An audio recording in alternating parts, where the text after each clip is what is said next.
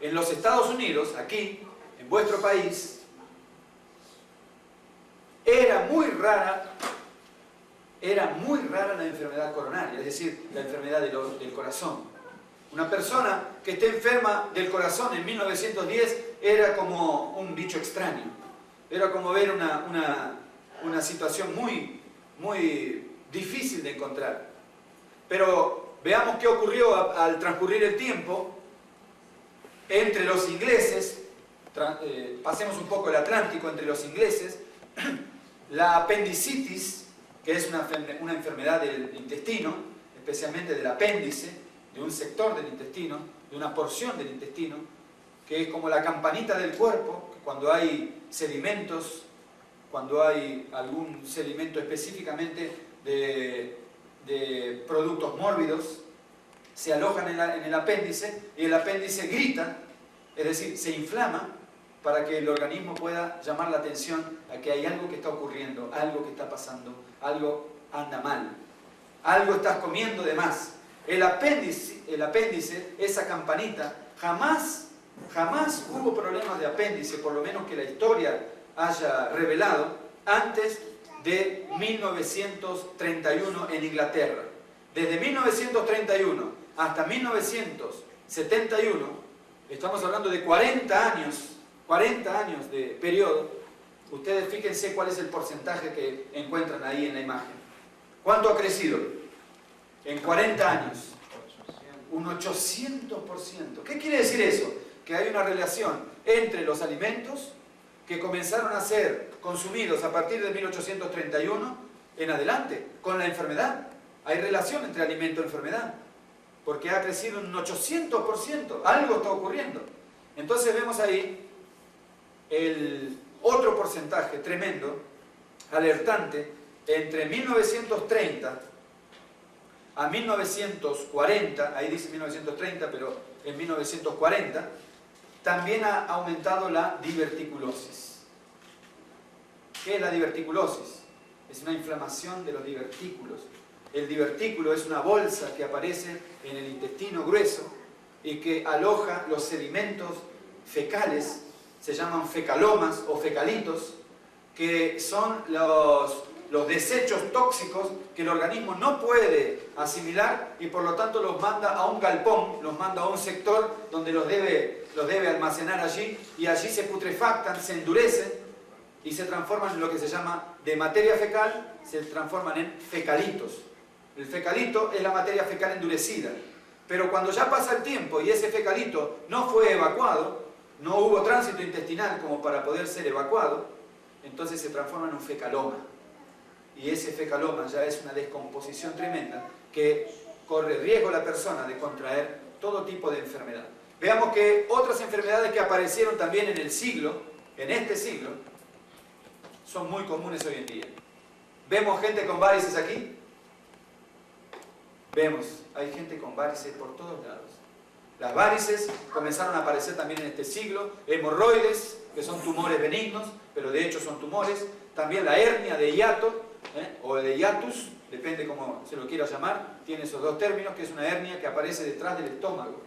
Es una hernia que está trayendo muchos trastornos y muchas dificultades para los diferentes tipos de razas de personas que por el tipo de alimentación que están llevando, llegan hasta el cáncer y también la terrible epidemia de la obesidad. Hoy la obesidad está catalogada como epidemia. Entonces vemos la relación que hay entre las enfermedades y el aparecimiento de los aditivos químicos en la industria alimentaria. Por lo tanto, tenemos que tener mucho cuidado en lo que nosotros nos consumimos, en lo que nosotros comemos. Tenemos que parar bien las antenas y saber qué es lo que está causando las enfermedades. Hay causas muy patéticas, muy prácticas y verdaderamente lógicas para las enfermedades. Primero, ¿cuál es la primera causa del aparecimiento de las enfermedades? El hecho de que comenzó a haber una masificación del proceso de industrialización. ¿Qué ocurrió? Comenzó a masificarse el proceso de industrialización de los alimentos. Antes un alimento era menos procesado, un alimento era recogido en el árbol o era recogido en las laboras, en el lugar donde se iban a cosechar, y ese alimento pasaba directamente a la mesa y allí se comía de una manera prácticamente integral. Pero ¿qué ocurrió con el tiempo? ¿Qué fue lo que ocurrió con el tiempo? Comenzó a masificarse la industrialización de los alimentos. Por lo tanto, uno de los elementos detonantes para el aparecimiento de las diferentes enfermedades es la masificación de la industrialización de los alimentos. Otro elemento detonante es el aumento de la proporción de los carbohidratos.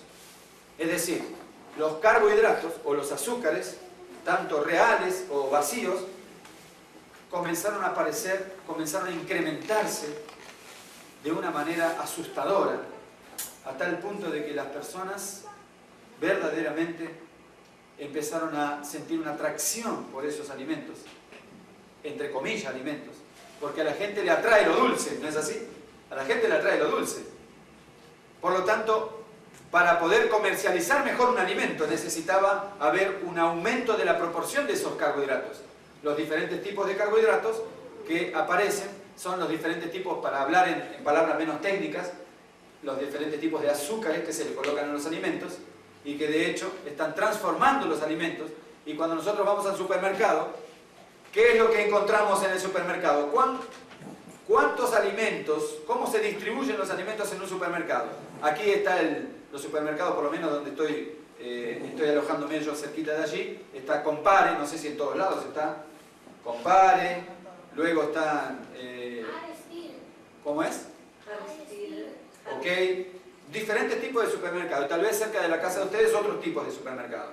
Pero ustedes vean bien, el sector de frutas y verduras es mayor que el sector de alimentos industrializados en cualquier supermercado. No. Es imposible. ¿Por qué? Por lo que vimos antes. Porque hay una relación entre comercio y alimentos. Por lo tanto, para tener una mayor capacidad de venta, un supermercado tiene que vender los alimentos que salen como pan caliente. Entonces, es necesario que haya dentro de un supermercado un sector más pequeño de lo que menos se vende y un sector más grande de lo que más demanda tiene. Por lo tanto, la masificación del proceso de alimentos, de industrialización de los alimentos, y también el aumento de la proporción de los carbohidratos es un elemento detonante, es un elemento capital que define, como elemento capital, define la venta de los productos y la salida de los productos de los diferentes supermercados. Por eso es que la gente se está enfermando. Luego, otro elemento que se adiciona a esta circunstancia mundial, que como vimos al principio de la primera imagen, este mundo es una sala de emergencias. Entonces, ahora otro elemento que se adiciona es el aumento de la refinación de los productos. Los alimentos no solamente comenzaron a masificarse, a producirse en masa, a producirse en cantidades industriales, por lo tanto su calidad al producirse en cantidades industriales disminuye, ¿verdad? Eso es lógico, eso es matemático. A la vez que se empezó a producir en cantidades industriales y empezó a disminuir su calidad, también comenzó a aumentarse la proporción de los carbohidratos para que pueda llamar la atención al paladar, a los niños, a los adultos. ¿A quién no le gustan los dulces? A todo el mundo le gustan los dulces. Es que nuestro cuerpo fue diseñado para consumir carbohidratos, que es el combustible del organismo. Con eso funcionamos, con eso andamos, con eso pensamos. Por lo tanto, si nosotros aumentamos los carbohidratos, dijeron, de hecho vamos a tener mayores compradores, un potencial mayor de compradores. Y finalmente entonces empezaron a refinar los productos. Bueno, vamos a darle un poco más de color al producto, que no quede tan salido del campo, ¿no? Entonces vamos a ponerle un poquito más de color. Y para ponerle un poco más de color, ¿qué hay que hacer? Hay que refinarlos. Los ingenieros de alimentos, entonces ahora en las grandes universidades se estudia ingeniería en alimentos. ¿Para qué? En el área bromatológica, la ingeniería de alimentos maneja no solamente la masificación del alimento, la industrialización del alimento, sino también la marketización del alimento.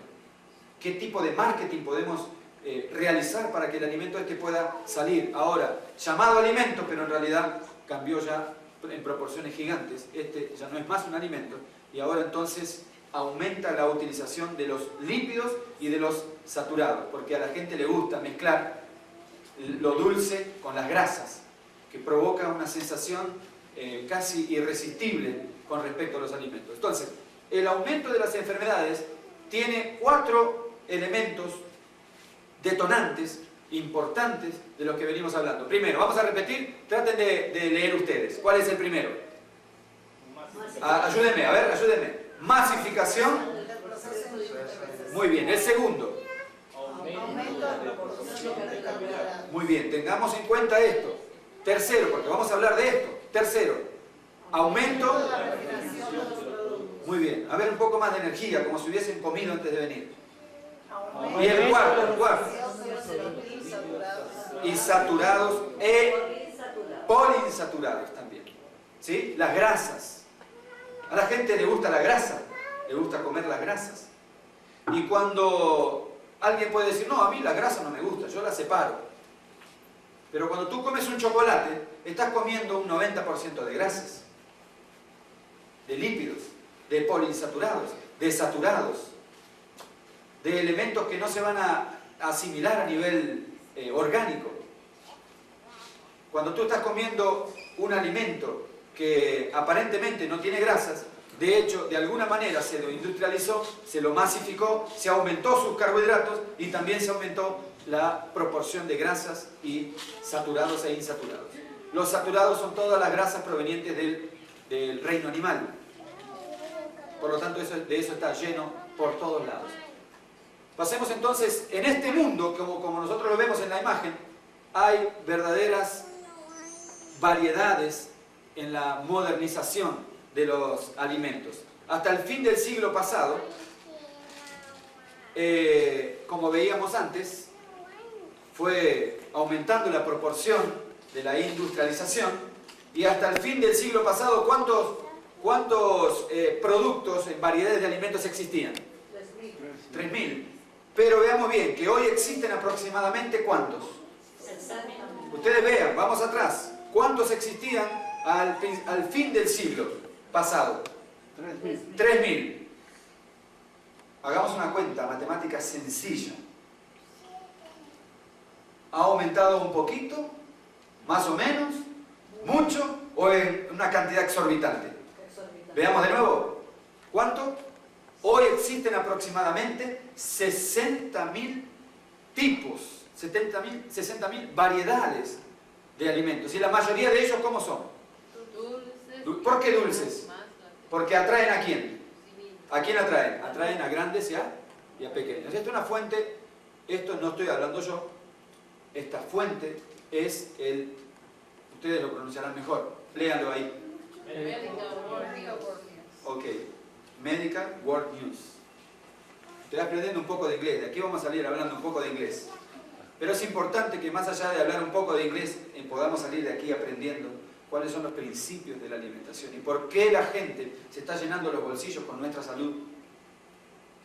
Y que nosotros debemos capitalizar nuestra salud, distribuirla a fin de que podamos mantenerla con nosotros, a fin de que podamos ser ancianos el día de mañana felices, llenos de salud, llenos de vida, llenos de vigor, que podamos compartir con nuestra familia toda la alegría porque tenemos salud. Un niño con salud es un niño feliz. Un joven con salud es un joven feliz. Un adulto con salud es un adulto feliz. Y un anciano con salud es un anciano feliz. Pero cuando no hay salud, ¿qué ocurre? ¿Cómo está cuando no hay salud? ¿Cómo está la gente cuando no hay salud? Así está.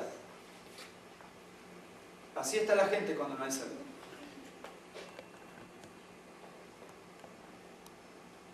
Una sala de emergencias en su casa.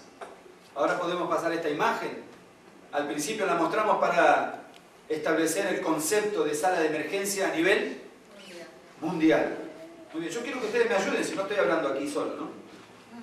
A nivel mundial.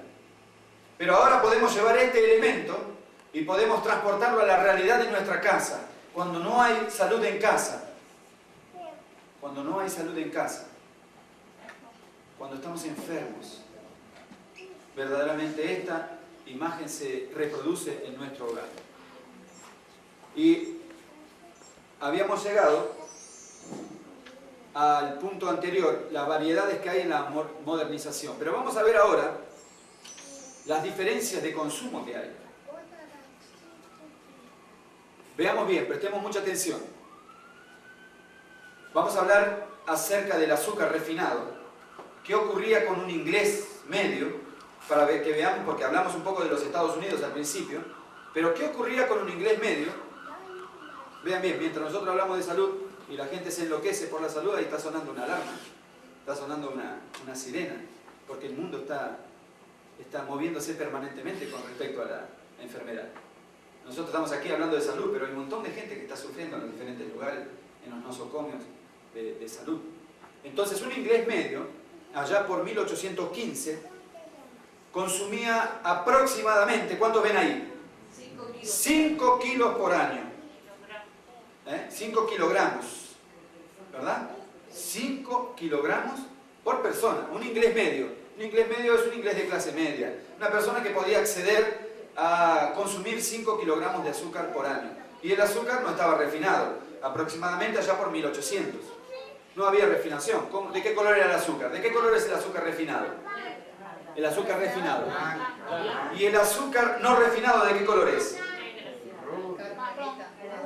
Marrón, brown, medio caramelo, medio marroncito. ¿No es cierto? La rubia ya es teñida, ¿sí? Y la negra, peor todavía. Pero vemos que en 1800 aproximadamente, el consumo de azúcares era de aproximadamente, ¿cuánto? 5 kilogramos per cápita, por cabeza. ¿Pero qué pasó? Actualmente una persona media en Inglaterra, esta es una estadística de Inglaterra, consume ¿cuánto? 70 kilos. ¿Hay una diferencia? ¿Hay una relación entre el consumo del alimento y la enfermedad? De hecho, que hay una gran relación entre el consumo. ¿Por qué? Porque todo el marketing mundial se encargó de transformar esos elementos para que la gente pueda consumirlo más. ¿Por qué antes se consumían 5 kilos? Porque la gente sencillamente llevaba eso a su mesa, aderezaba, endulzaba lo que tenía que endulzar de una forma moderada, pero la publicidad, ¿qué empezó a hacer? Empezó a transformar esos carbohidratos, a darle una nueva imagen, a presentarle una nueva imagen para que la gente pudiera consumirlo mayormente. Y vean bien, ese atractivo que ahora presentan los azúcares no posee mucho atractivo el azúcar antiguo, el azúcar sin refinamiento, pero de hecho es mucho más saludable. Hoy existen diferentes tipos de azúcares. ¿Ustedes conocen los diferentes tipos de azúcares que hay?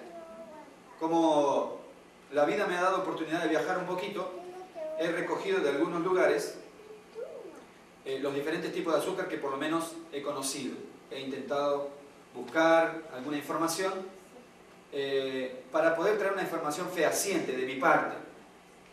No quitar alguna información de internet apenas y colocarla ahí. De mi parte yo he visto en algunos países, en algunos pocos países que he visitado, he visto varios tipos de presentaciones. Vamos a ver algunos ejemplos, por lo menos de lo que yo he visto. Tal vez ustedes pueden corroborar algunos o pueden agregar otros. Primero, azúcar refinado.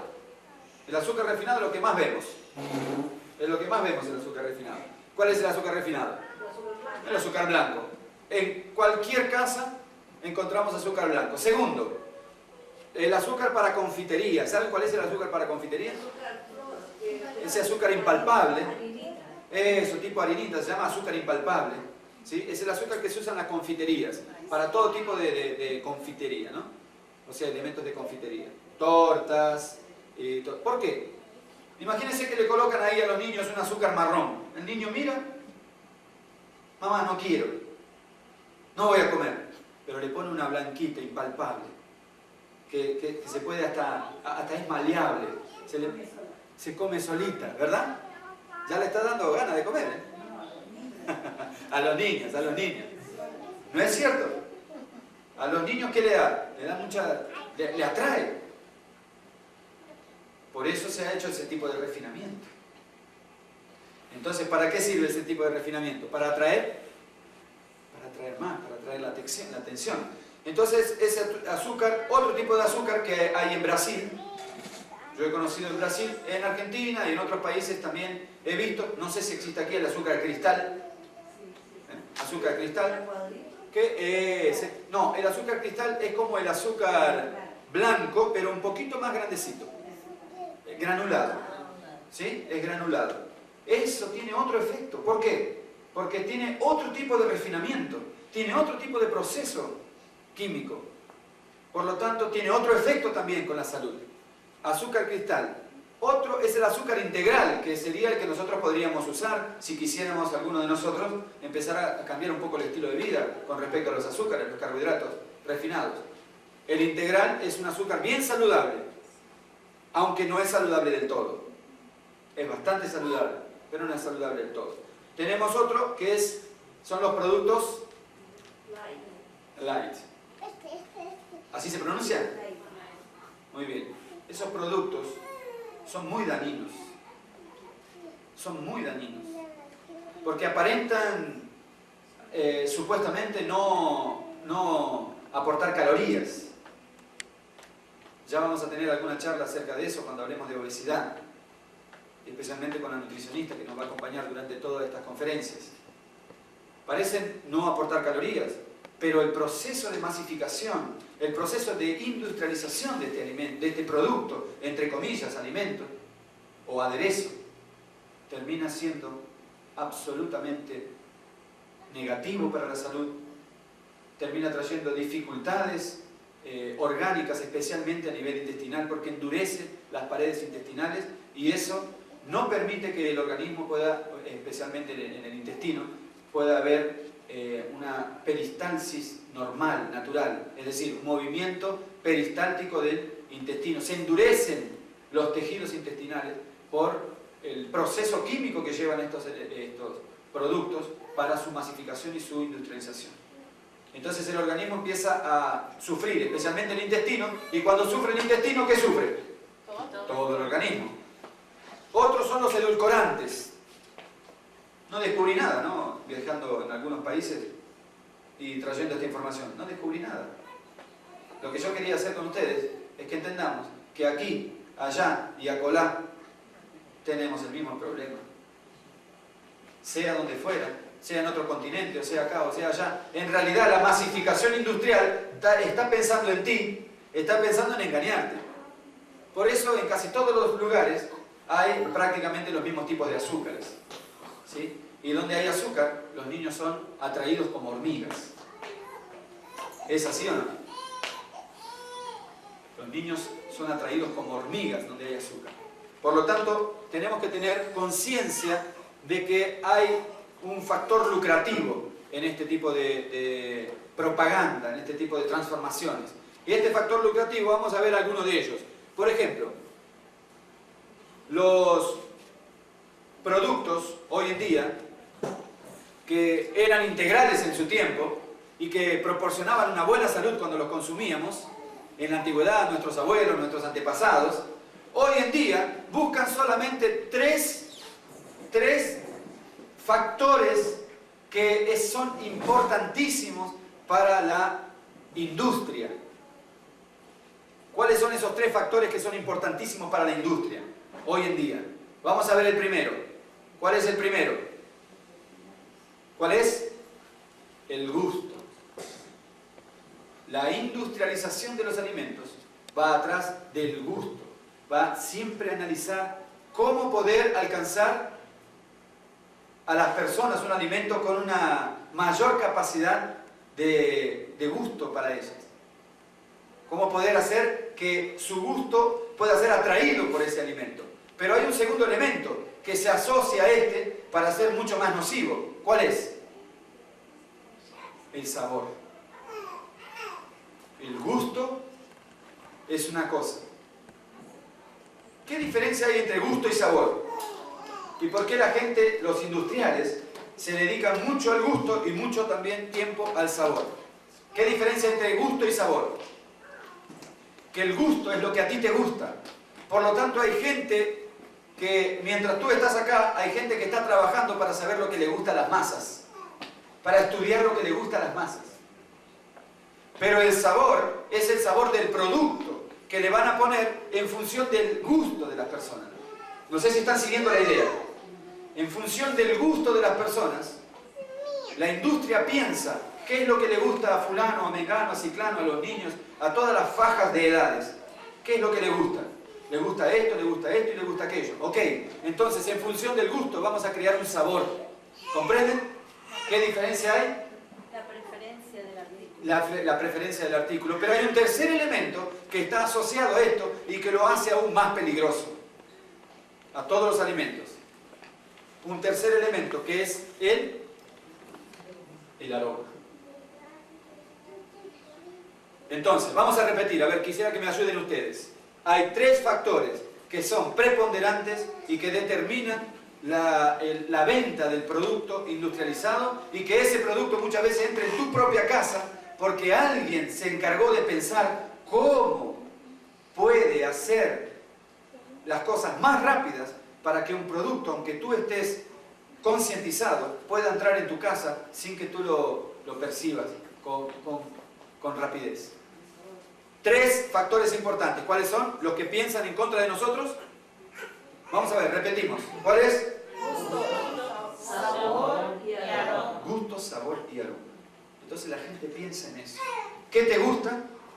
En función de lo que te gusta, prepara un sabor y luego imagina que ese producto tiene que tener un buen aroma para que entre también por el otro sentido. Porque la industria abusa de los sentidos. La industria se encarga de abusar de los sentidos.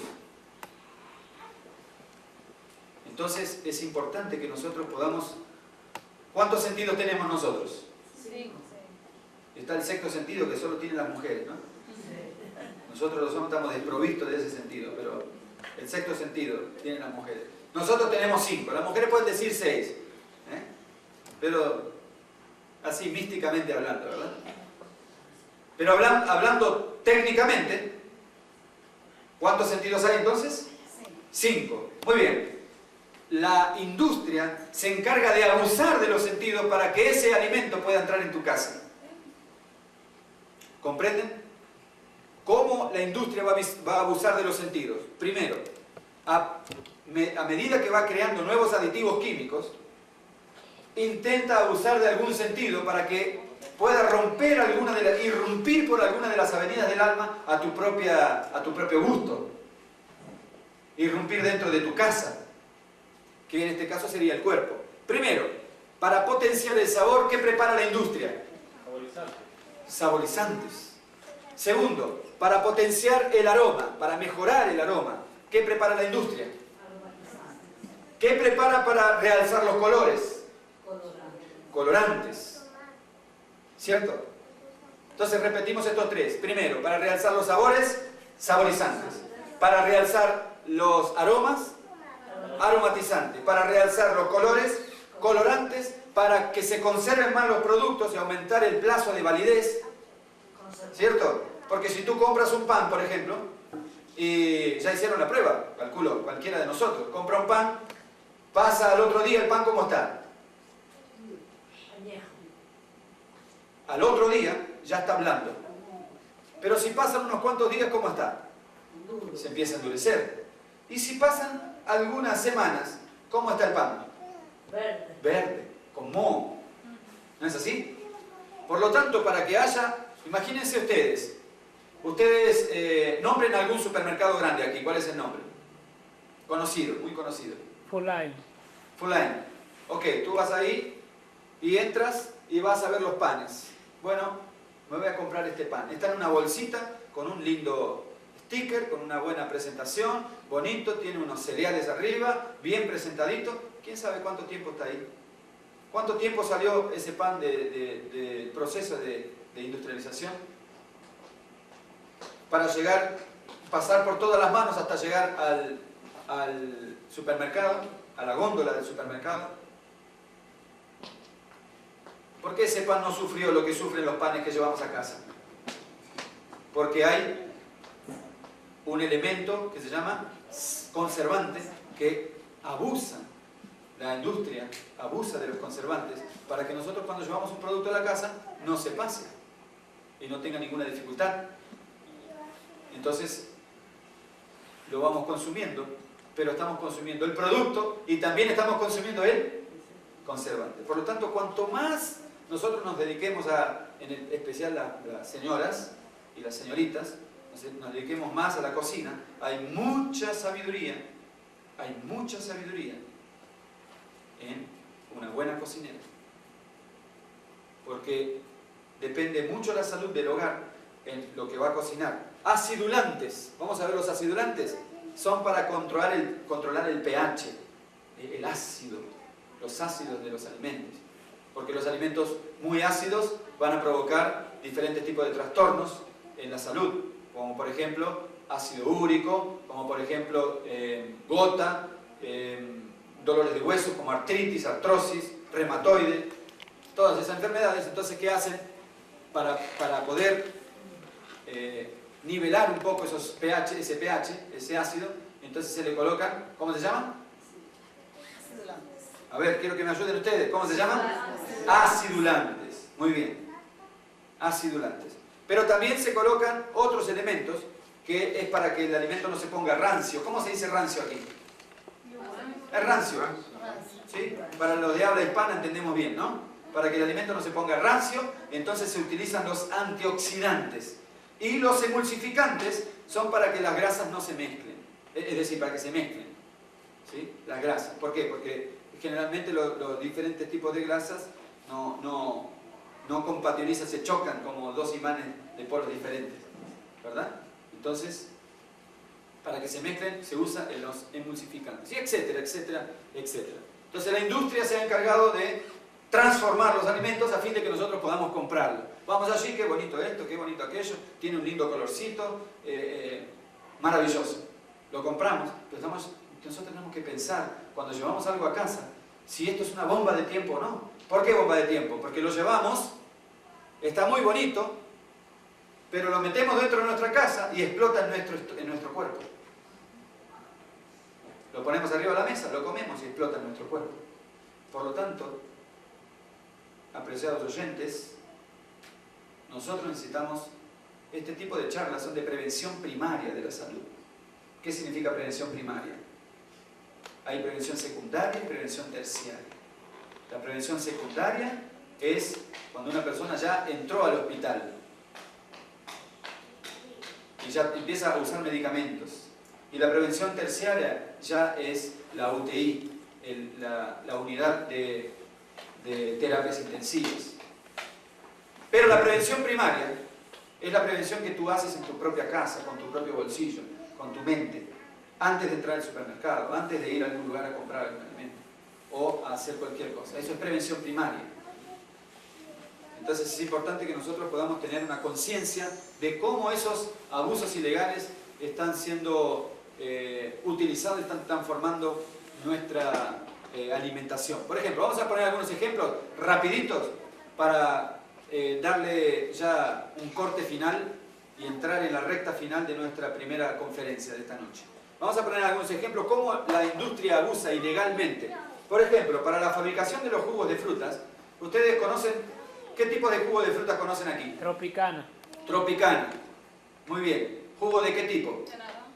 De naranjas. ¿Cierto? ¿Cuánto no sé, aquí se mide por galones, ¿verdad? ¿Un galón cuánto es? En litros. 4 litros. Muy bien. ¿Cuántas naranjas, quiero que ustedes analicen y piensen bien, cuántas naranjas ustedes necesitan para obtener 4 litros de jugo? Naranja, ¿no? Usted va a comprar la fruta, va a exprimir su jugo, ¿Cuántas naranjas usted necesita para obtener 4 litros de jugo? Como 50. Un saco. 4 litros de jugo, ¿cuántas? Más o menos un saco. ¿Cuánto es un saco? Depende de la naranja. No, una naranja mediana, ¿verdad? Una naranjita mediana. Un saco como 50. Unas 50, 60 naranjas. 40. Ok, ¿cuántas naranjas entran en un kilo? ¿Es un kilo aquí?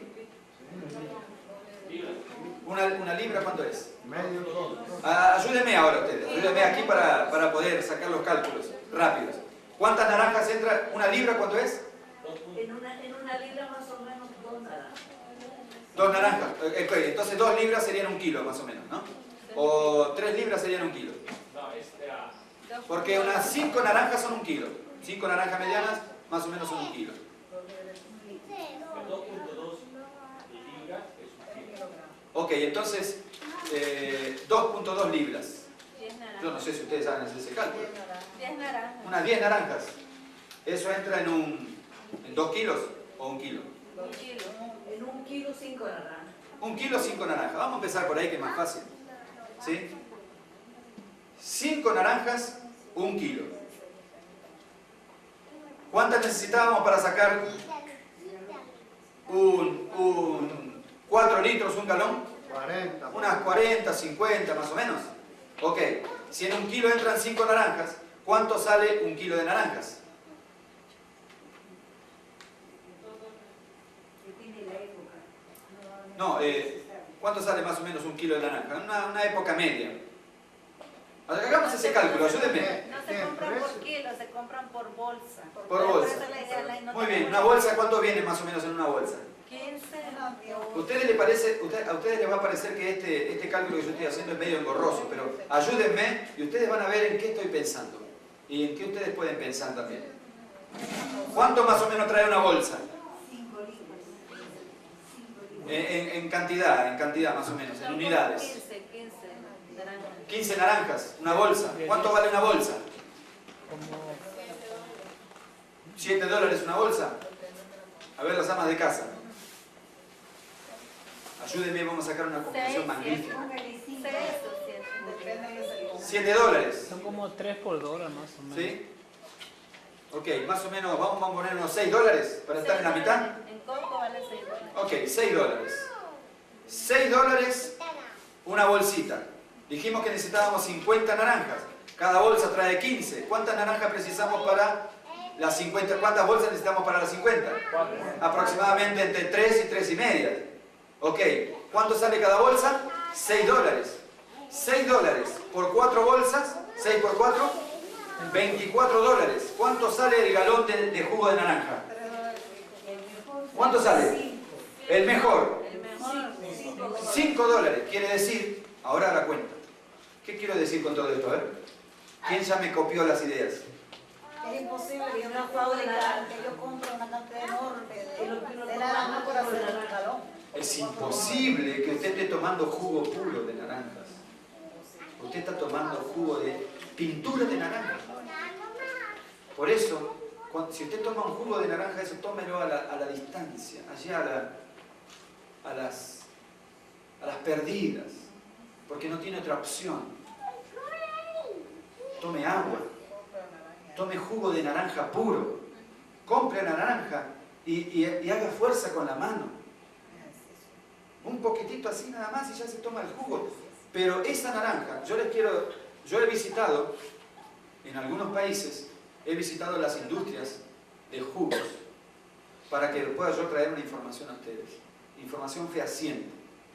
Y acá yo ya no puedo poner el Medical World Journal, voy a poner yo mismo, me voy a poner de garantía porque yo lo he visto. Y he visitado algunas de las empresas que fabrican este tipo de jugos. ¿Y saben qué hacen? ¿Saben qué hacen? Estas empresas tienen tractores. Ahí empieza su fabricación. Tractores con palas mecánicas. Y tienen ya contratado empresas enormes que tienen campos gigantes donde ellos plantan las diferentes naranjas. los árboles de naranja, las diferentes frutas, para los diferentes tipos de jugo de fruta. Porque yo estoy hablando de naranja, pero lleven este tipo de cálculo a todos los tipos de jugos. De naranja, ¿qué jugos hay? Manzana, durazno, mandarina y qué sé yo cuánto más. ¿Cierto? Muy bien. Ahora, ¿qué hacen ellos? Ellos van con esos tractores, con esas palas mecánicas, y ustedes creen que van a sacar las naranjitas bonitas que están en los árboles para hacer el jugo. Las naranjas esas que están bonitas, ¿a dónde van? Van a las góndolas para vender como naranja.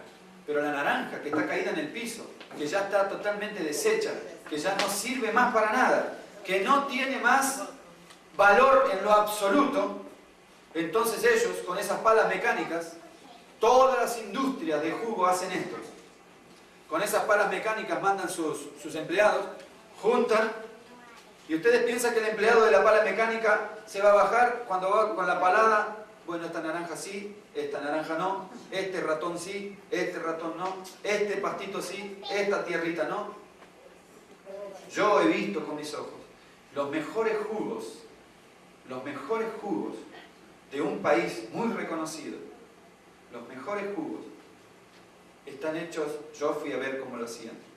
Y el que metía la palada, como ahí están todas las frutas en el piso y no vale nada, la empresa le vende las frutas que están en el piso como ellos ya perdieron esa fruta, se la vende solamente por poco dinero para recuperar apenas algunos insumos. Y ellos meten la pala y ahí sube, como los animalitos están comiendo de ese producto que está en el piso. Y está lleno de gusanos porque se está gusanando todo, ya a mucho tiempo. Entonces ellos van allí y levantan todo. Tierra, grama, frutas, gusanos, ratas y todo lo que encuentran ahí, adentro. Va toda una batea. ¿Y qué le van a colocar? ¿Qué le van a colocar? Saborizantes. Ahí pusieron la naranjita bonita. Mira, aquí tienes tu naranjita, linda. La vamos a poner, como está media podrida, media olorosa, vamos a poner en una batea gigante. Se bate bien batido en esa batea gigante. Y entonces ahí vienen los chefs, por decirlo de esa manera, ¿no? Los que le dan el sabor, los que le dan el toque. A esto le falta un poco de saborizante, son ingenieros en alimentos. A esto le falta un poco de acidulante, le falta un poco de antiapelmazante, le falta un poco de colorante, un poco de conservante y así un poco de saborizante. ¿Qué saborizante piensa que le ponen al jugo de naranja? Sabor de naranja. Sabor de naranja, no le va a poner sabor de otra fruta, ¿no? Le pone sabor de naranja. Entonces cuando sale de ahí el juguito, salió bonito, maravilloso, pero adentro de la batea entró todo tipo de bicho, todo tipo de suciedad, todo tipo de... Y eso te va a enfermar. Eso te va a enfermar. Por eso cuando tomamos esos tipos de jugos, tiene que ser a las perdidas, solo cuando hay una gran necesidad. Porque ese tipo de alimentos, entre comillas, te enferman. Es mejor comprar la fruta y sacarle el jugo. Es imposible, ya te doy la palabra, es imposible de que una empresa pueda comprar toda esa fruta para hacer un galón y cobrártelo a $6. Es imposible. Perderían tanto dinero, que para ellos es más fácil juntar la fruta que no vale nada, que no sirve nada, porque de la fruta lo que van a obtener es la pulpa, cosas que ellos no pueden crear, porque no son Dios para crear la pulpa. Entonces sacan la pulpa de ahí, y tú ves ahí que tiene la pulpa, qué bonito que está la pulpa, pero no es pulpa. En realidad es pulpa, pero es pulpa de qué? De la fruta que estaba ya pasada. Ahora, saborizantes, todos esos elementos, salió el juguito bonito. ¿Qué es mejor? Elegir, comprar la fruta, y aunque tiene muchos químicos, agroquímicos y agrotóxicos, de todas maneras siempre es mejor. Sí, una pregunta. Entonces, en algunos lugares nos dice 100% pulpa, entonces son esos que sobran en otros lugares. Sí, está hablando la verdad, es 100% pulpa, pero como hablamos en algún momento, no es 100% alimento, es 100% pulpa. Extrajeron la pulpa, pero para transformar ese alimento, para que te entre por los ojos, para que te entre por la mente, para que puedas comprarlo, entonces lo revistieron de un lindo Envase. envase, jugo puro, 100% jugo puro, cómpralo solamente en una emergencia, ¿sí? En una emergencia, pero si podemos, vayamos sustituyendo. Muy bien, pasemos entonces a esos abusos ilegales, están por todos lados, por eso ellos son obligados, miren este último detalle, ellos son obligados, cuando hay industrialización, son obligados a usar lo que la legislación no les permite, porque si no, no podrían hacer que esos productos se transformen. Veamos bien que, por ejemplo, la industria solo permite 200 ppm, que serían 200 partes por miligramo, de dióxido de azufre. Pero en mi país hay un dicho que se dice: echa la ley, echa la trampa. Aquí también, o en otros países también, ¿verdad? Echa la ley, alguien ya hizo la trampa. Mientras uno está pensando en la ley, otro ya está pensando en la trampa. Por lo tanto, para poder sacar a la venta un producto que estaba casi podrido, ahora para ponerle acidulantes, saborizantes, estabilizantes, y antiapelmazantes y colorantes y todos esos elementos, aditivos químicos, solamente se permite 200 ppm, ¿sí? Para que eso pueda salir a la venta. Pero, echa la ley, echa la trampa, en inspecciones hechas en los comercios en el año 1999, el resultado fue de 700 a 790 ppm. Ahora, aquí en los Estados Unidos, ahora, si 740, 790 es terrible, porque son aditivos químicos que son venenosos. Si solo se aceptaba 200 ppm, quiere decir que 200 ppm ya es peligroso. ¿Ustedes me entienden? No, solo póngale 200 ppm porque hasta ahí va. Es decir, que esos 200 ppm ya son peligrosos, porque si no, no pondrían un tope. Todo es peligroso, entonces tenemos que tratar de hacer lo más natural posible en nuestra alimentación. Por lo tanto, para hacer lo más natural posible, aunque esos elementos son perjudiciales, nosotros tenemos que tener que, especialmente, este punto no lo voy a hablar para pasar adelante, este es un aditivo químico que es mundial, se llama Red 2. Se llama Red 2 y este aditivo químico se encuentra especialmente en las gelatinas, las salchichas, los helados, los caramelos, los bombones, la salsa de tomate y hasta en el rouge de lápiz labial. ¿Sí? Es un aditivo químico muy venenoso, totalmente ilegal y que sirve solamente para conservar, está en los productos de tinte rojizo, sirve solamente para conservar cartílagos. ¿Por qué eso?